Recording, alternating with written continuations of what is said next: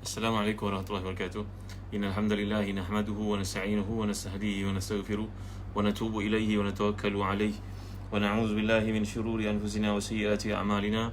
May yahdihillahu fala mudilla lahu wa may yudlil fala hadiya lahu.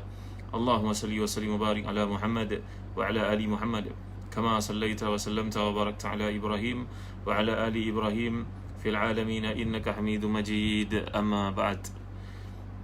Salam Zahian, Yan Abdullah, Adib, Balkhis, Kamarudin dan semua yang hadir pada malam yang mulia ni. Alhamdulillah, syukur pada Allah SWT kerana Allah beri pada kita kesempatan, peluang untuk belajar bersama, menghayati, mentadabbur ayat-ayat indah ini, insya-Allah. Pada malam ni saya akan bawa pada tuan-tuan tentang Waalaikumsalam yang mulia Tengku Murni, ya. Dan semua yang hadir, Siha, Cika, semua yang hadir pada malam ni. InsyaAllah pada malam ni saya nak bawa kepada tuan-tuan renungan mengapa Allah SWT melarang kita umat Islam daripada membantu orang-orang yang menentang Islam.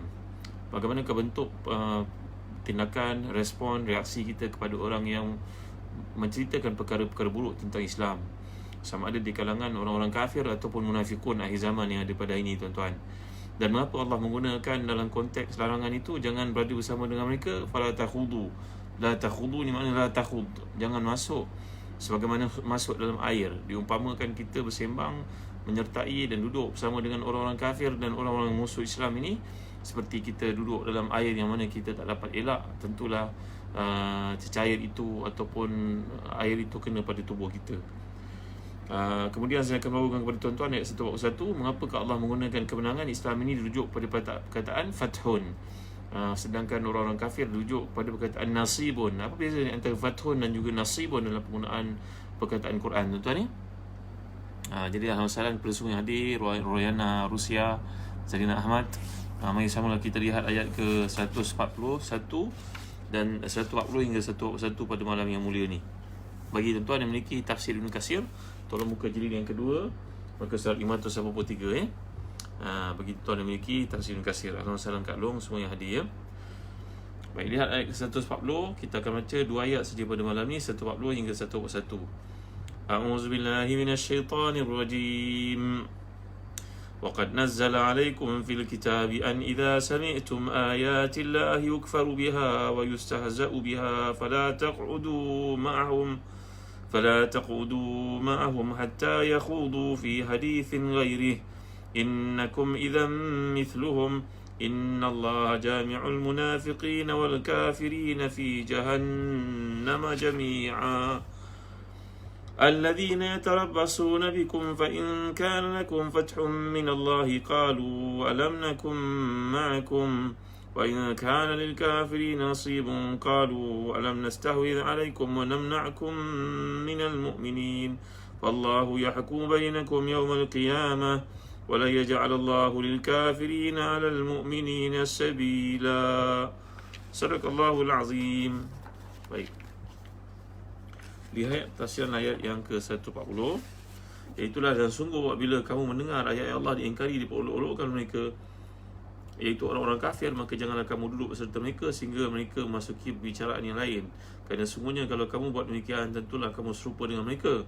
Sungguhnya Allah akan mengumpulkan semua orang munafik dan orang-orang kafir dalam neraka Jahannam, iaitu orang yang menunggu peristiwa yang akan terjadi kepadamu, wahai orang-orang beriman. Maka jika terjadi bagimu kemenangan daripada Allah, mereka berkata, bukankah kami turut berperang beserta kamu? Dan jika orang-orang kafir mendapat kemenangan pula, mereka berkata, bukankah kami turut menangkan kamu dan bela kamu dari orang-orang beriman? Maka Allah akan beri keputusan di antara kamu pada hari kiamat nanti. Dan Allah sekali-kali tidak akan beri jalan kepada orang kafir untuk memusnahkan orang-orang yang beriman. Ya tuan-tuan, dalam berkenaan kali ini juga saya akan jelaskan apakah maksud ayat walan yaj'alallahu lil kafirina 'alal mu'minina sabila. Mengapakah pada hari ini kita dapat lihat orang-orang kafir menguasai orang beriman, sedangkan dalam ayat ini Allah menjanjikan bahawa orang kafir tidak akan dapat berbuat apa-apa kepada orang beriman. Penjelasan oleh Imam Ali karramallahu wajhah dan Ibnu Abbas radhiyallahu anhuma, mengapakah perkara ini terjadi kepada orang Islam sedangkan Allah telah beri jaminan mereka akan dipelihara, dilindungi oleh Allah SWT. Baik, jadi yang kemana ni tuan-tuan, harap tuan-tuan share, like, bagi komen, kongsikan apa-apa yang menarik yang baik ini kepada saudara-saudari kita di luar sana. Mudah-mudahan dengan itu mereka dapat hidayah, dapat panduan bagaimana nak beramal dengan ayat-ayat Allah yang indah ini. Baik, mari kita baca sama tafsir Ibnu Katsir sekali lagi pada ayat 140 berkat tafsiran yang telah dikemukakan. Wa qad nazala 'alaikum fil kitabi an idza sami'tum ayatillah yukfaru biha wa yustahza'u biha fala taq'udu ma'hum hatta yakhudu fi haditsin ghairihi innakum idzan mithluhum. Sungguhnya Allah telah menurunkan kepadamu dalam Quran bahawa bila kamu mendengar ayat-ayat Allah diingkari, diperolok-olokkan oleh kafir, maka jangan kamu duduk beserta mereka sehingga mereka memasuki perbicaraan yang lain. Kerana sungguhnya kalau kamu buat demikian, tentulah kamu serupa dengan mereka.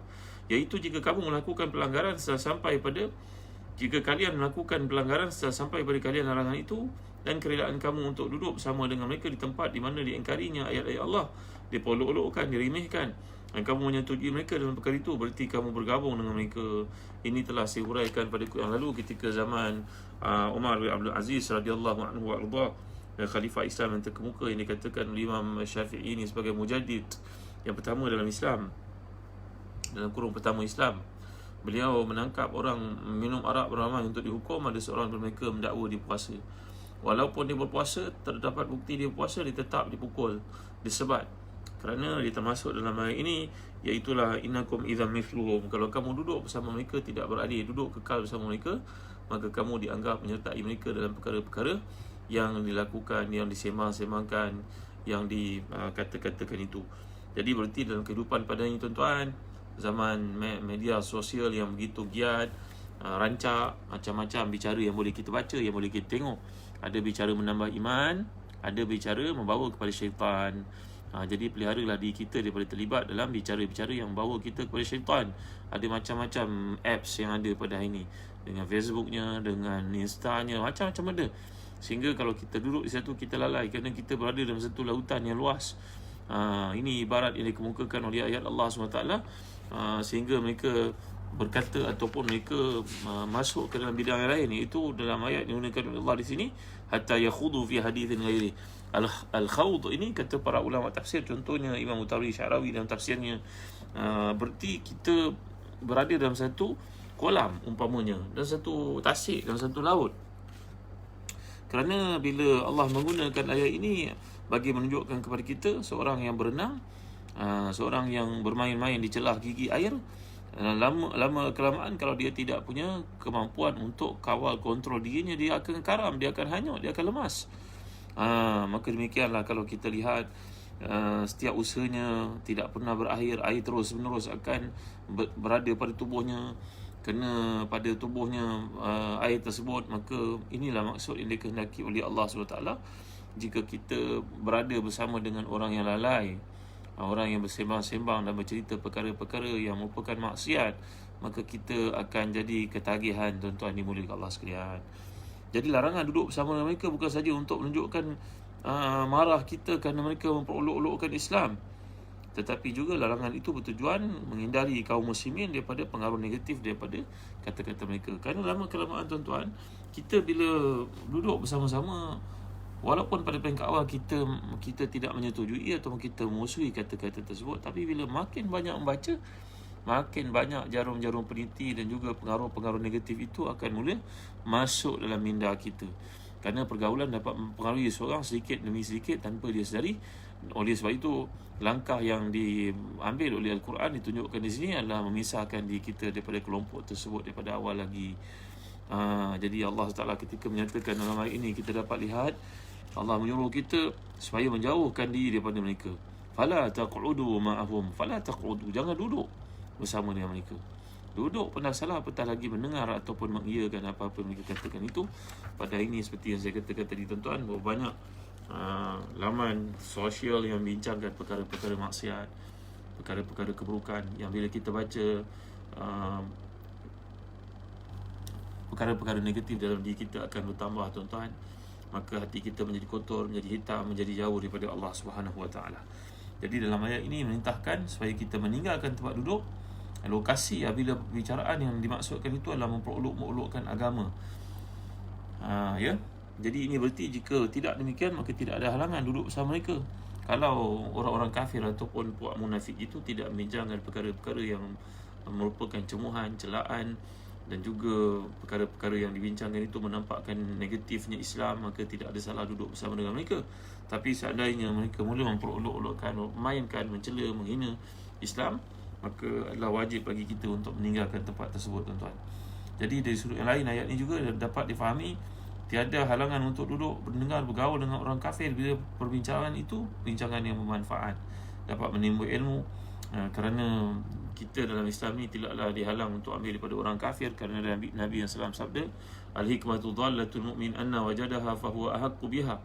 Hikmah iaitu kebijaksanaan itu adalah milik orang beriman, maka di mana saja mereka menemuinya, mereka lah yang paling berhak untuk mendapatkannya. Tuan-tuan, sebelum terlupa saya nak ajak tuan-tuan atas pesanan daripada penaja Zazan Travel. Mari tuan-tuan, dekat dengan bulan Rajab, Syaban dan Ramadan, tinggal beberapa puluh hari saya lagi dapatkan kurma McJowl dari Zazan Travel. Tengok tuan, ni kurma McJowl. Kurma ni lah yang disabdakan disabdakan dalam hadis bahawa Nabi memakannya bersama dengan Aisyah radhiyallahu anha. Mereka berpuasa seharian, buka dengannya, share satu kurma. Tengok tuan, besar, menarik dalamnya pun, ya Allah. Tengok tu, menggiurkan. Inilah kurma McJowl yang tumbuh di Palestin, tuan-tuan. Kami import dari Palestin, dari Jordan. Yang disebut dalam ayat ke-25 surah Maryam, wa huzi ilaiki bi jiz'in nakhlati tusaqit 'alaiki rutaban janiyya. Bila Maryam selesai melahirkan puteranya Isa, maka Allah menyuruhnya untuk menggegarkan pokok kurma agar jatuh buah kurma dan dapat menikmatinya bagi menghilangkan kesakitan, memberikan kesegaran, mengabadikan tenaga. Inilah buah kurmanya, tuan, kurma McJowl. Cantik bekas ni, tuan. Tengok, ada tulis McJowl. McJowl dari Palestin, McJowl Palestin. Dapat ke, tuan, untuk kita punya bulan-bulan yang kita digalakkan berpuasa, hari-hari putih, hari-hari Isnin Khamis. Nabi SAW berpuasa pada kebanyakan hari dalam bulan Syaban, seperti yang dapat kita lihat dalam hadis-hadis yang banyak. Begitu juga kami pun ada kurma ajwa.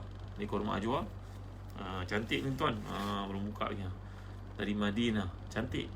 Alhamdulillah kami dapat pembekal yang baik dari Saudi.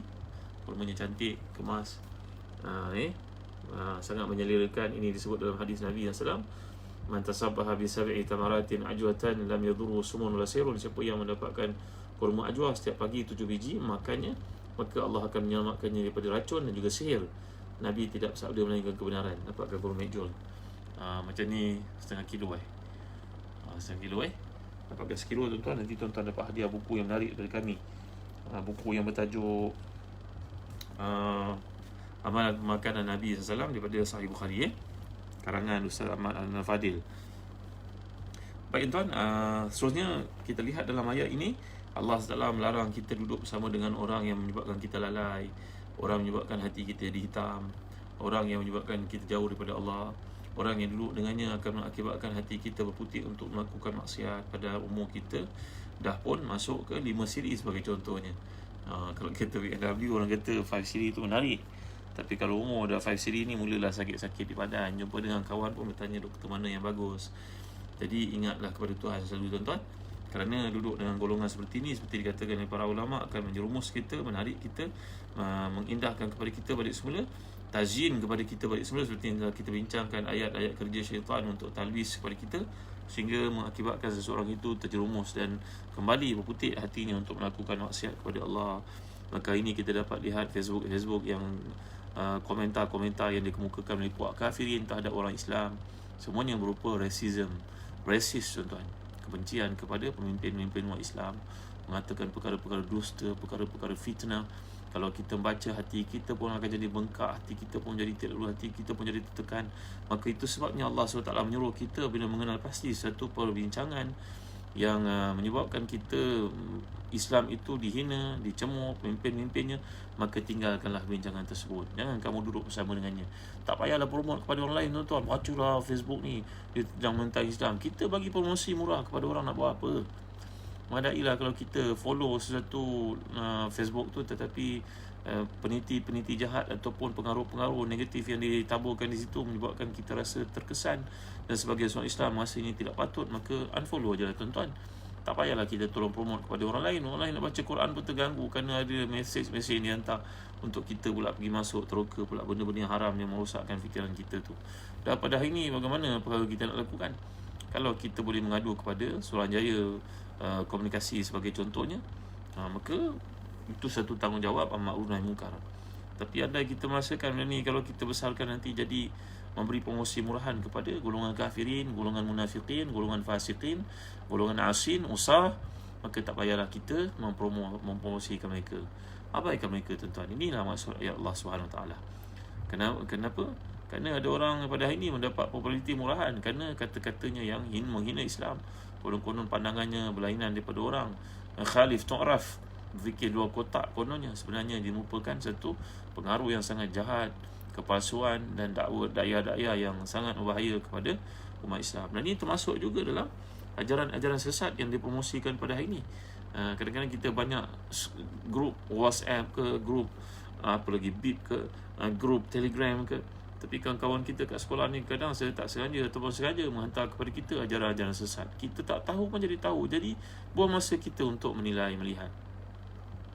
Seperti yang kita tahu sebelum ini ada ajaran sesat seperti Qadiani yang telah pun mendapat pelepasan sebab tak dihukum oleh jawatan agama. Maka tuan-tuan hati dan dikasih sekalian, mungkin di sini ada kesilapan yang berlaku sehingga menyebabkan mereka dianggap terkeluar dari Islam, maka tak boleh tertakluk kepada undang-undang Islam. Besok buat Syiah, macam-macam lagi golongan yang akan bergerak di atas kapasiti ini bagi membolehkan tindakan undang-undang tidak dikenakan kepada mereka dengan menggunakan hilah undang-undang seperti itu, tuan-tuan dimuliakan Allah sekalian. Maka kita pula tolong bagi promosi kepada gerakan-gerakan sesat yang ada pada hari ini. Setengah ulama Islam seperti Syekh Mutawalli Sya'rawi mengatakan dalam tafsirnya yang saya bacakan untuk tuan-tuan ya, berkenaan dengan larangan untuk kita bersama dengan mereka seperti dalam ayat Allah Subhanahu Wa Taala kat sini. Bila Allah Ta'ala berfirman, menyatakan dalam ayat yang boleh kita baca tadi tuan-tuan, jangan duduk bersama dengan mereka. Fala taq'udu ma'hum hatta yakhudu fi hadithin ghairi innakum idza mithluhum. Kata Syekh Mutawalli Sya'rawi ni sangat daqiq dan perlu kita amalkan dalam kehidupan pada hari ini. Saya bacakan untuk tuan-tuan supaya tuan-tuan faham. Bila kita lihat pada hari ini tentang apa yang berlaku, orang melakukan perkara-perkara maksiat, maka orang-orang ini diberikan promosi, diberikan publicity. Maka apa yang berlaku, kita dapat lihat golongan ini dapat hidup dengan senang lenangnya. Kalau mereka berniaga, mereka dapat promosi murahan, maka ramai orang membeli produk-produk mereka. Ini termasuklah golongan-golongan pondan, maknya dan sebagainya tuan-tuan, yang menyebarkan macam-macam pengaruh negatif kepada umat Islam pada hari ini, yang bergerak atas berbagai-bagai platform LGBT dan sebagainya. Golongan ini diberikan promosi murahan sehingga menyebabkan mereka disokong, dibantu. Sedangkan dalam Islam diajar kita dalam perkara semikian adalah kita menjauhi golongan ini. Jangan memberikan kepada mereka peluang, kerana dengan peluang-peluang yang diperoleh itu menyebabkan makin mudahlah mereka untuk hidup pada ini. Padahal disebut oleh Syekh Ratib Abulizi dan tafsirnya, satu pengalaman diceritakan seorang bertaubat kerana dia seorang yang baik tapi dia ni kaki minum. Satu hari dia turun di airport. Di sebuah airport tak dinyatakan sama ada di Damsyik ke, di Amman ke, di Dubai ke, di Saudi ke. Syekh Ratib Abulizi ni seorang yang bergerak banyak negara-negara Arab berdakwah. Beliau berkata, orang ni dia memang turunnya ke airport masih beli arak, di duty free. Maka dia pun membawa arak itu letak dalam bagnya. Pada hari itu dia terlupa untuk menyembunyikan arak tersebut. Maka dia letakkan di bahagian belakang kursi tempat duduknya. Ketika naik teksi tersebut, pemandu teksi itu seorang yang gayur. Gayur ni makna cemburu untuk agamanya. Dia tahu ni orang Islam dan dia pun orang Islam. Dia nampak sejarak tu, keluar saja dari airport, terus dia stop keretanya. Dia kata, turun, aku diperintahkan oleh Allah Ta'ala ni ikut kefahaman seorang yang setakat mandu teksi. Dia bukan faham macam ahli usul fiqh ke, ahli tafsir ke, tapi dia terbaca ayat ini dan cuba untuk mengamalkan, iaitu Allah SWT menjelaskan, fala taq'udu ma'ahum hatta yakhudu fi hadithin ghairi. Maka aku tidak dibenarkan untuk melayan orang seperti engkau. Ketika zaman Nabi SAW dahulu, para sahabat yang tidak turut serta dalam perang Tabuk sebagai contohnya telah pun di muqata'ah. Muqata'ah ni berarti telah dipulaukan oleh Nabi SAW, dan telah kita baca kisah mereka, Ka'ab bin Malik, Hilal bin Umayyah dan juga Murarah bin Rabi'. Tiga orang ini di kalangan sahabat-sahabat Nabi yang kuat imannya, tapi mereka tidak menyertai perang Tabuk. Maka hukuman dikenakan mereka, dipulaukan. Maka pemandu teksi Muslim ini melihat orang Islam di belakangnya membawa arak, dia terus stop keretanya, turun. Nak ambil balik duit kamu, aku tak pandang duit kamu nak bayar ini dengan tips ke dengan apa ke, aku tak pandang, tak boleh, aku orang Islam. Itu kefahamannya tuan-tuan. Maka orang peminum arak ini dia orang baik, cuma dia tak boleh tinggalkan minum arak. Kita pun pernah baca pada zaman Nabi SAW pun ada sahabat demikian. Pada zaman Umar Khattab radhiyallahu anhu pun ada sahabat demikian. Jangan jadikan ia alasan untuk melakukan perkara haram. Kononnya sahabat pun ada yang minum arak. Ini satu ihtijaj yang salah tuan-tuan ni. Maka sebenarnya pun merasa sangat malu. Pemandu teksi itu bersungguh-sungguh untuk mengamalkan Islam dengan kefahamannya yang terbatas, pelajarannya tak tinggi. Aku ni orang terbang ke sana kemari, orang bisnes, aku tak boleh tinggalkan benda yang dibenci oleh Allah dan Rasulnya. Maka itulah sebab mengapa dia bertaubat kepada Allah, tuan-tuan. Kalaulah kita pada hari ini mengamalkan prinsip sama dalam kehidupan, iaitulah setiap kita mainkan peranan untuk menegur al-ma'ruf nahi munkar. Saya tak maksudkan kita mengambil tindakan sedemikian kepada orang-orang Islam yang melakukan dosa, tuan-tuan ya. Kerana Imam Ghazali berkata, kalau kamu lihat orang berdosa, baik sangkalah kepada dia, mungkin nanti dia bertawad, dia lebih baik padamu. Kalau engkau melihat orang tua maka melakukan dosa, maka sedarlah dia ni telah banyak melakukan pahala sebelum itu, mungkin kesilapan kecil yang dia tak sengajakan. Kalau kamu lihat budak kecil lalai, kamu kena sedar bahawa budak itu masa kecil dia banyak peluang untuk taubat lagi, engkau bagaimana pula? Maka kita kena baik sangka orang, betul. Tapi kata Syekh Ratib Nabulsi, dalam ayat ini ada beza di antara orang muqassir dengan mustahzi. Muqassir ni maknanya orang itu baik, tapi dia masih lagi tak dapat meninggalkan maksiat-maksiat yang tertentu. Yang dimaksudkan kita kena ambil tindakan tegas kepada orang bukan muqassir tetapi mustahzi. Mustahzi ini berarti dia memperolok-olokkan, dia mempermain-mainkan, dia menghina Islam. Walaupun dia orang Islam, dia golongan munafik akhir zaman yang kita dapat lihat. Maka orang ini engkau kena ambil tindakan tegas kepadanya, kata Syekh Ratib Nabulsi, bukan muqassir. Muqassir ni kita faham ada orang ada kelemahan iman dalam aspek-aspek tertentu.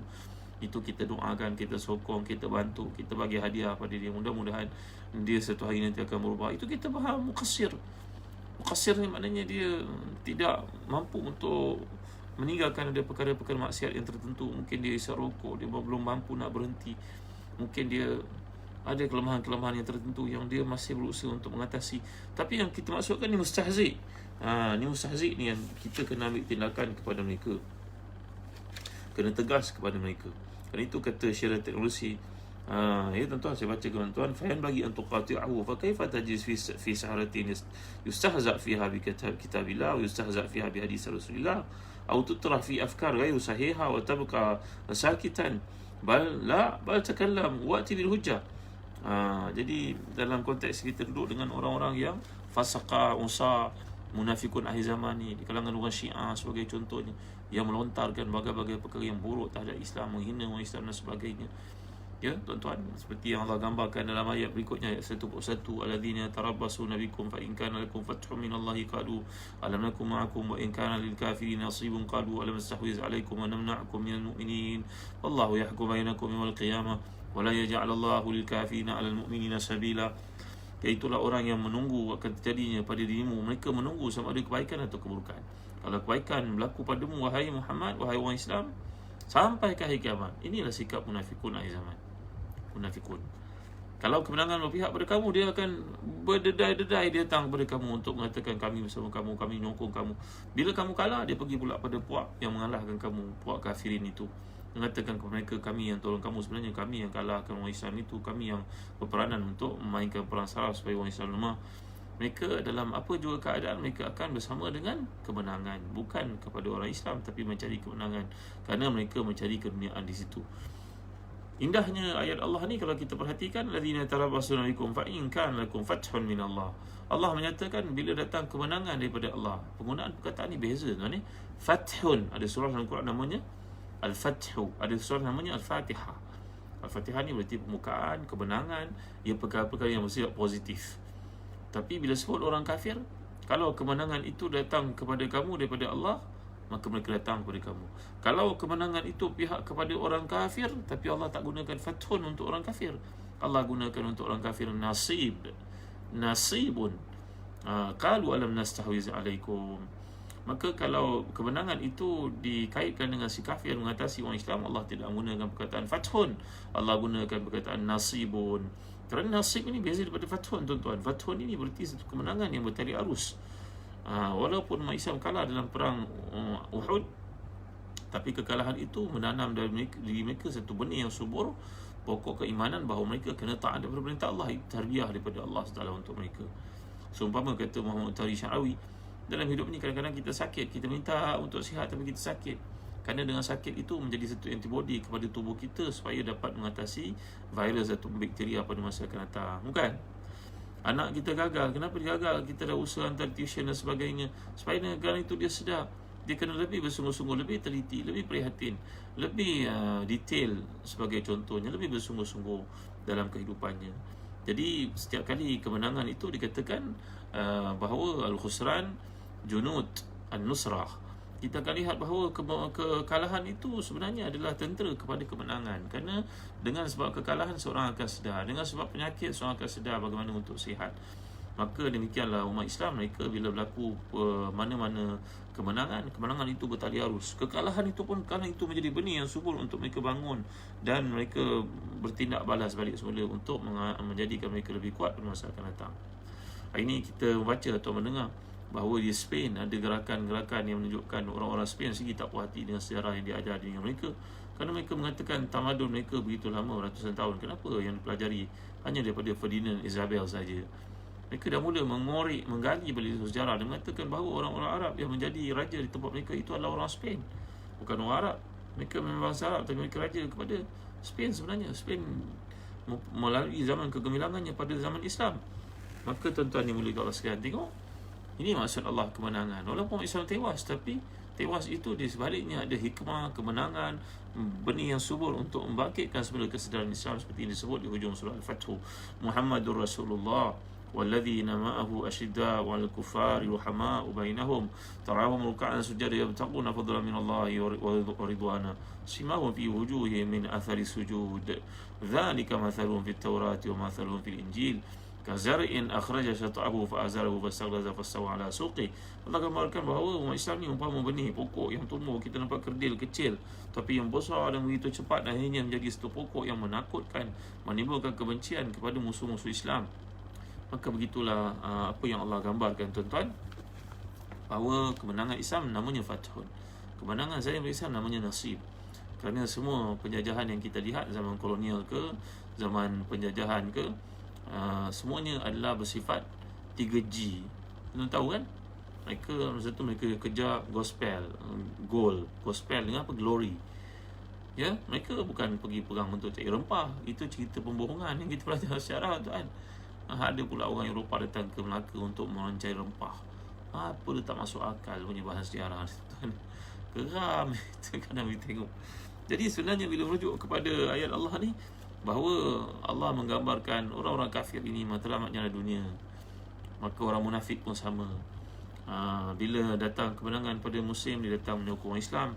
Bila kemenangan pihak kepada orang kafir, datang kepada orang kafir, mengatakan dia bantu orang kafir untuk mengalahkan orang Islam. Fallahu yahkum bainakum yaumil qiyamah. Allah mengatakan Allah yang akan hukum mereka pada hari kiamat nanti. Kerana dunia ini adalah darul nihna, ia bukan darul karamah. Memang ada balasan berlaku di dunia, tapi kita orang beriman tidak patut berkata-kata tentang karma dan sebagainya. Itu tak ada kena dengan Islam. Allah memang mendahulukan sebagian kebaikan dibalas di dunia, tapi kebaikan yang mutlak hanya akan berlaku balasan di akhirat. Kerana dunia adalah darul ibtila dan akhirat itu darul jaza. Akhirat itu tempat balasan sebenarnya. Dunia ada sedikit balasan yang Allah berikan dengan hikmahnya, pengetahuannya yang menguasai segala sesuatu, tapi bukan semuanya berlaku di dunia. Dengan sebab itu Allah mengatakan Allah menghukum untuk kamu pada hari kiamat nanti. Kerana ada kalangan orang Islam yang mati sebelum melihat kemenangan Islam. Maka bagaimana kita nak taufikkan ayat ini dengan suasana yang berlaku terhadap mereka? Sebenarnya Allah akan beri kemenangan untuk umat Islam di akhirat nanti. Mereka kok mana pun mereka pasti akan dapat syurga daripada Allah SWT. Allahu Akbar, insyaAllah. Gitu indah ayat ini, ya. Walan yaja'alallahu lil kafirina 'alal mu'minina sabila. Allah tidak akan jadikan untuk si kafir itu kepada orang beriman kemampuan apa sahaja untuk mengatasinya. Ketika ditanya kepada Imam Ali karramallahu wajhah, begitu juga kepada Ibn Abbas radhiyallahu anhuma, bagaimana maksud ayat ini, mereka menjawab kemenangan yang pasti itu syurga akan diberikan oleh Allah kepada orang beriman di akhirat nanti. Manakala bagi si kafir tak ada apa bahagian untuknya. Dan satu lagi tafsiran dikemukakan seperti disebut oleh Syekh Ahmad Mustafa Al-Maraghi, bahawa sebenarnya orang kafir tidak akan berjaya menghapus, meluputkan Islam itu sama sekali. Yuriduna liyutfi'u nurallahi biafwahihim. Mereka nak padam cahaya Allah seumpama mereka nak meniup matahari. Ia tidak akan berlaku, tuan-tuan. Jadi apa yang saya jelaskan tadi sebagai contoh, umat Islam telah pun dihalau beramai-ramai keluar, dibunuh, diberi pilihan sama dia masuk Kristian ataupun dibunuh. Ketika berlaku penganiayaan terhadap mereka, dihalau keluar daripada pulau, daripada semenanjung Iberia, iaitu di Spain. Tapi pada hari ini umat Islam telah kembali sedar, keturunan umat Islam bangun semula untuk mengatakan mereka itu Muslim sebenarnya. Mereka nak kembali kepada Islam. Dah ada gerakan seperti itu. Maka tuan-tuan, orang-orang kafir tidak akan berjaya menghapuskan Islam sama sekali. Apa jua cara tindakan mereka lakukan, mereka tidak akan berjaya. Bagi kita orang Islam, lagi satu peringatan terhadap orang kafir tidak akan mampu melakukan apa sahaja kepada kita, dengan syarat kita juga memiliki kita mengambil tindakan berjaga-jaga seperti dalam ayat Allah SWT, wa aidu lahum mastata'tum min quwwatin wa min ribatil khail turhibuna bihi aduwallahi wa aduwakum. Kamu kena buat persiapan. Jangan menganggap tak apa, aku Islam mesti Allah akan bantu aku. Tak. Dalam hidupnya ada sunnatullah dengan syariatullah. Sunnatullah minta daripada kita untuk kita buat persiapan. Wa aidu i'dadul uddah. Kita mesti ada persiapan. Jadi bila perkara dilakukan, kita menyokong orang Islam, mendahulukan orang Islam. Kalau kita beli apa-apa, beli daripada orang Islam. Memang orang Islam ada kelemahannya. Kita mendapatkan kontraktor buat rumah, ambil orang Islam. Kalau orang Islam tu silap, tegur dia baik-baik.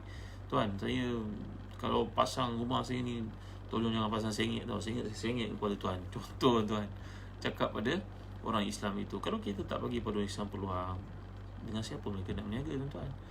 Orang bagi tahu aircon itu sebenarnya ambil daripada orang kafir juga, tapi cuba jadi kontraktor Muslim sedaya upaya. Itu tanda kita sayang pada mereka. Cuba dapatkan hidup mereka. Kalau mereka ada kesilapan, tegur. Dan orang yang berniaga di kalangan orang Islam pula, bilangan kita tak ramai, terbukalah, jangan melenting pula bila orang tegur. Kita buka kedai makan ke, kita jadi kontraktor ke, kita pembekal ke, bila orang tegur, ambil berat pada feedback itu. Kalau tak ada feedback itu, macam mana kita nak jadi lebih baik? Saya ingat satu peristiwa berlaku, diberitahu tentang sejenis makanan segera, jenis penyedap makanan. Saya pun tak ingat lah apa nak sebut nama. Penyedap makanan itu dibuat di satu negara yang mana mereka mengalami satu maknanya perniagaan mereka tidak menjadi. Mereka kena tamatkan perniagaan dan tutup syarikat. Tiba-tiba ada satu input yang menarik, feedback daripada hanyalah coffee lady yang buat, tea lady yang buat tea dekat office itu. Berkata, bos-bos kan, makcik bagi pandangan ni tak, bahan yang kau buat ni, botol ni, dia punya muncung ataupun lubang untuk keluarkan serbuk ni, satu lubang saja. Apa nak kamu kalau kamu banyakkan lubang? Tuan-tuan dengar pandangan makcik ni, tuan-tuan. Maka bos-bos ni fikir, betul juga, mereka pun mula menghasilkan botol yang punya banyak lubang untuk keluarkan serbuk perasa itu. Akhirnya bila banyak keluar, banyaklah repeat, banyaklah sale. Kerana kita mendengar feedback pada orang, ini penting. Kita jadi businessman Muslim, orang tegur kita melenting, nak buat apa? Dengarlah nasihat orang. Feedback tu adalah satu peluang untuk kita baiki produk kita sebagai contoh. Maka jadilah orang yang mendengar. Allah jadikan dalam hidup kita ada dua telinga, satu mulut, kata Imam Ghazali, bagi menunjukkan kepada kita hikmah di sebaliknya. Banyak mendengar, kurang berkata. Baik, tuan-tuan, mudah-mudahan Allah memberkati kita dengan sedikit tazkirah makan rohani untuk kita pada malam ni. Banyaklah berdoa kepada Allah SWT. Kita orang Islam, amalkan doa selalu. Doa ni saya dah ajar banyak kali dah. Allahumma inni as'aluka al-huda wat-tuqa wal-afaf wal-ghina. Allahumma inni as'aluka al-huda wat-tuqa wal-afaf wal-ghina. Terima kasih Asfani Ahmad. Ada apa dia bagi cadangan ni? Orang kerja dalam HR faham lah ya. ISO, continuous improvement, Kaizen. Terima kasih ya. Jadi amalkan doa, Allahumma inni as'aluka al-huda wat-tuqa wal-afaf wal-ghina. Ya Allah, aku pohon padamu hidayah, pohon padamu ketakwaan, aku pohon padamu kekayaan, kesucian diri, dan aku pohon padamu kekayaan. Saya dah uraikan bahawa kekayaan ni bukan terletak pada orang yang banyak saja, tapi kaya hati, kaya keturunan, kaya jiwa yang tenang. Itu semua sebenarnya bila kita bincangkan kekayaan dalam Quran, dia bukan semata-mata merujuk kepada harta, tapi juga dalam isu pemberian Allah dalam berbagai-bagai bentuk dalam kehidupan ini. Jadi setakat ini saja dulu tuan-tuan untuk renungan kita pada malam ni. Segala yang baik semuanya daripada Allah, kelemahan manusia. Jangan lupa ya, bagi tuan-tuan yang nak melakukan nak beribadah akikah dan kurban beberapa bulan akan datang, tuan-tuan boleh lakukan bersama kami di Zazan Travel. Kami dah mula terima untuk akikah. Maklumlah pada zaman sekarang ni kita tak boleh nak adakan jamuan di rumah, ya, tapi kami saya mengharapkan tuan-tuan melakukan akikah ni kerana kami nak sampaikan kepada orang Islam yang memerlukan, sama ada di Yaman yang sedang ada peperangan. Saya sampaikan kepada guru saya Syekh Haidar di sana tuan-tuan. Dan bagi tuan-tuan yang nak buat di Syria, kami ada Syekh Quraim Rajih. Bagi tuan-tuan nak adakan di Mekah, kami ada teman-teman ramai di sana juga, ramai orang Islam yang susah kerana tiada kerja, tiada umrah. Maka orang Islam di kalangan penduduk Asia yang duduk sebagai PR di sana tak ada kerja tuan-tuan, mereka bukan citizen di sana. Maka kita cuba meraihkan mereka apa yang kita mampu. Tuan-tuan nak melakukan akikah, kami boleh sampaikan akikah ini untuk mereka di Mekah, dan begitu juga di Sudan. Jangan lupa tuan-tuan. Terima kasih tuan-tuan nak buat akikah, nak ingat akikah, ingat Zazan Travel. Ingat kurma ajwa, kurma mekjol, Zazan Travel ada bekalkan. Dan dari tuan-tuan, anak-anak kita musim yang seperti sekarang ni dapatkan buku-buku latihan, buku topikal, buku rujukan, buku soalan peperiksaan, apa saja buku, semua subjek, bukan saja pendidikan Islam dan bahasa Arab, malahan bahasa Inggeris, bahasa Melayu, geografi, sejarah, maths, maths, semuanya ada, alhamdulillah. Bersama kami di www.telagabiru.com.my. Tuan-tuan sokonglah orang Islam tuan-tuan. Kita bincang ayat ni, amal tuan-tuan. Cikgu-cikgu yang ada, tuan tak sokong Islam, siapa nak sokong Islam tuan-tuan? Orang asal Islam mereka dah kaya raya, mereka dah maju. Maka ambillah peluang untuk sokong orang Islam macam kami di Telaga Biru. Kami bekerja semua orang Islam, keluarkan zakat. Ya, cakap ni kita bukan resis ya. Kerana orang bukan Islam mereka dah maju lama. Sokonglah orang Islam. Kami cuba buku yang terbaik, guru-guru cemerlang yang menulis buku-buku bersama kami, bukan orang calang-calang. Ya, dan cikgu-cikgu yang di luar yang mendengar kuliah ni juga di kalangan cikgu yang berkemampuan untuk menulis apa juga subjek, kami amat mengalu-alukan. Hubungi kami di Telaga Biru. Terima kasih tuan. Baik, di akhir ini semula kita menangguhkan kuliah dengan membaca Suratul Asr tasbih kafarah. Bismillahirrahmanirrahim. Wal 'asr innal insana lafi khusr illa alladhina amanu wa 'amilus solihat wa tawassaw bil haqq wa tawassaw bis sabr. Subhanakallahumma wa bihamdik asyhadu an la ilaha illa anta astaghfiruka wa atubu ilaik. Alhamdulillah rabbil alamin wassalatu wassalamu ala asyrafil anbiya'i wal mursalin sayyidina Muhammadin wa ala alihi wa sahbihi ajma'in. Allahumma ighfir lana dhunubana wa israfana fi amrina wa sabbit aqdamana wa ansurna 'alal qawmil kafirin. Allahumma ighfir lana dhunubana wa liwalidina warhamhum kama rabbawna shighara wa li jami'i masyayikhina wa li jami'i ashabil huquq 'alaina minal muslimina wal muslimat wal mu'minina wal mu'minat bi rahmatika ya arhamar rahimin. Allahumma ahsina 'aqibatana fil umuri kulliha wa ajirna min khizyid dunya wa 'adzabil akhirah. ربنا لا تزغ قلوبنا بعد إذ هديتنا وهب لنا من لدنك رحمة إنك أنت الوهاب. اللهم إنا نسألك الهدى والتقى والعفاف والغنى. ربنا آتنا في الدنيا حسنة وفي الآخرة حسنة وقنا عذاب النار. وصلى الله على سيدنا محمد وعلى آله وصحبه وسلم والحمد لله رب العالمين. Tuan-tuan ada apa-apa soalan tuan-tuan boleh tanya di nombor telefon yang tertera di bawah. Tadi saya nampak ada soalan tanya Habatus Sauda bila ada. InsyaAllah tuan-tuan pada hujung bulan 2 ni kita ada stok. InsyaAllah terima kasih atas tuan-tuan Habatus Sauda ini tanya tadi birkah. Baik, dapatkan kurma ajwa, kurma mekjol daripada Zazan Travel. Terima kasih, jumpa lagi esok insya-Allah. Terukukum tahta riayatillah wa hifzi. Saya tinggalkan tuan-tuan bahwa penjagaan, kasih sayang, rahmat Allah. Kenang saya dan doa tuan-tuan. Terima kasih. Assalamualaikum warahmatullahi wabarakatuh.